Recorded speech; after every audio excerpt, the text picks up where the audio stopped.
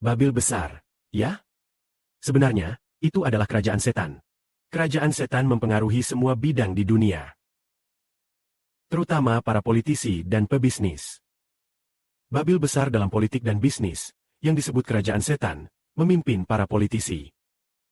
Sebagai contoh, para kaisar Tiongkok, mereka semua menyembah siapa? Mereka menyembah roh jahat.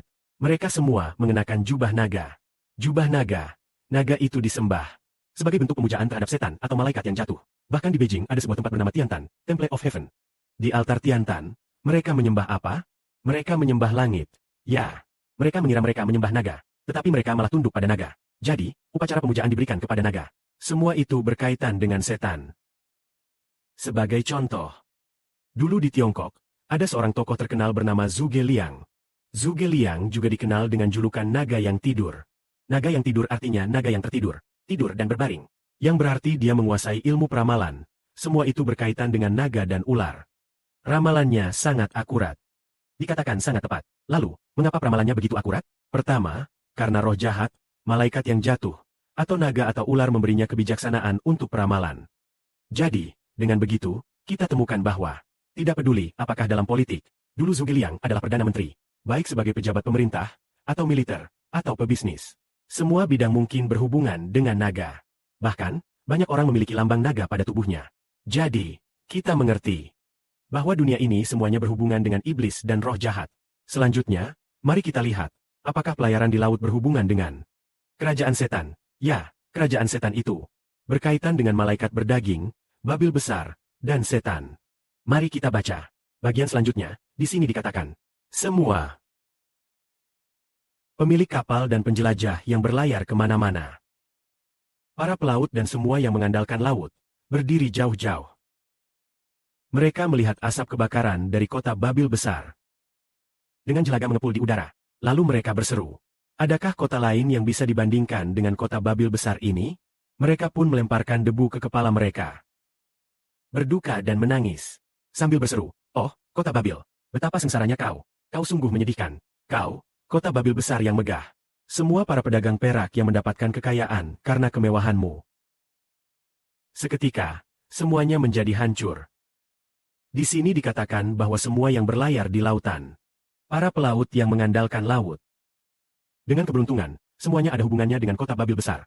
Seperti, kerajaan setan memiliki hubungan besar. Tetapi setelah kerajaan setan di langit dihancurkan, para pebisnis itu, mereka yang mengandalkan laut, semuanya meratap dalam derita.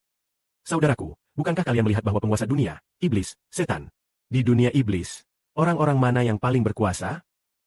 Yaitu mereka yang terlibat dalam politik dan bisnis. Di dunia politik dan bisnis, semuanya saling berkaitan. Mereka yang terjun ke politik dan bisnis memiliki status yang tinggi di dunia ini.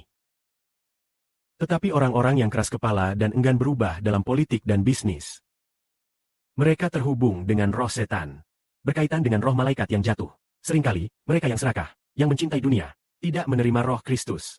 Seringkali, mereka yang dengan sekuat tenaga mengejar jabatan, yang terus mengejar kekuasaan di dunia, yang mencari berbagai posisi tinggi. Mereka semua sangat terikat dengan roh setan. Jadi, jika mereka tetap menerima hal seperti ini, atau jika tidak, jika mereka tidak meninggalkan hubungan dengan roh setan, maka orang yang berhubungan dengan roh malaikat berdaging pada akhirnya akan binasa. Karena di dalamnya tidak akan ada kehidupan ciptaan hati. Kehidupan jantung adalah tanah di dalam roh. Tanah di dalam jantungnya adalah tanah yang baik. Tanah baik ini hanya menerima benih dan tubuh Kristus. Roh yang dianugerahkan dari surga. Selain itu, roh dari dewa lain tidak akan diterima. Menerima roh dari dewa lain berarti tidak bisa menerima roh kudus dari Tuhan. Seperti tahun lalu, beberapa wanita, mereka yang meninggalkan kami, mereka berkata-kata palsu untuk menipu orang si bedih cong. Roh di dalam mereka bukan berasal dari Tuhan. Karena itu, saat mereka pergi perlahan-lahan, setelah orang yang tidak menyembah Tuhan pergi, baru-baru ini beberapa hari ini, Bapa di surga membuat kami mengerti rahasia kehidupan baru ciptaan hati. Dengan demikian kami baru tahu ternyata orang yang tidak setia tidak mendapatkan berkat. Tidak mendapatkan berkat untuk menerima kehidupan baru ciptaan hati dari Tuhan. Orang-orang yang setia memegang teguh pada Tuhan Kristus. Memegang teguh hingga setia. Bukan hanya mendengar, bukan karena cinta agama, tapi karena mencintai Tuhan dengan hidup. Saudara-saudari itu akhirnya mendapatkan berkat yang penuh. Amin.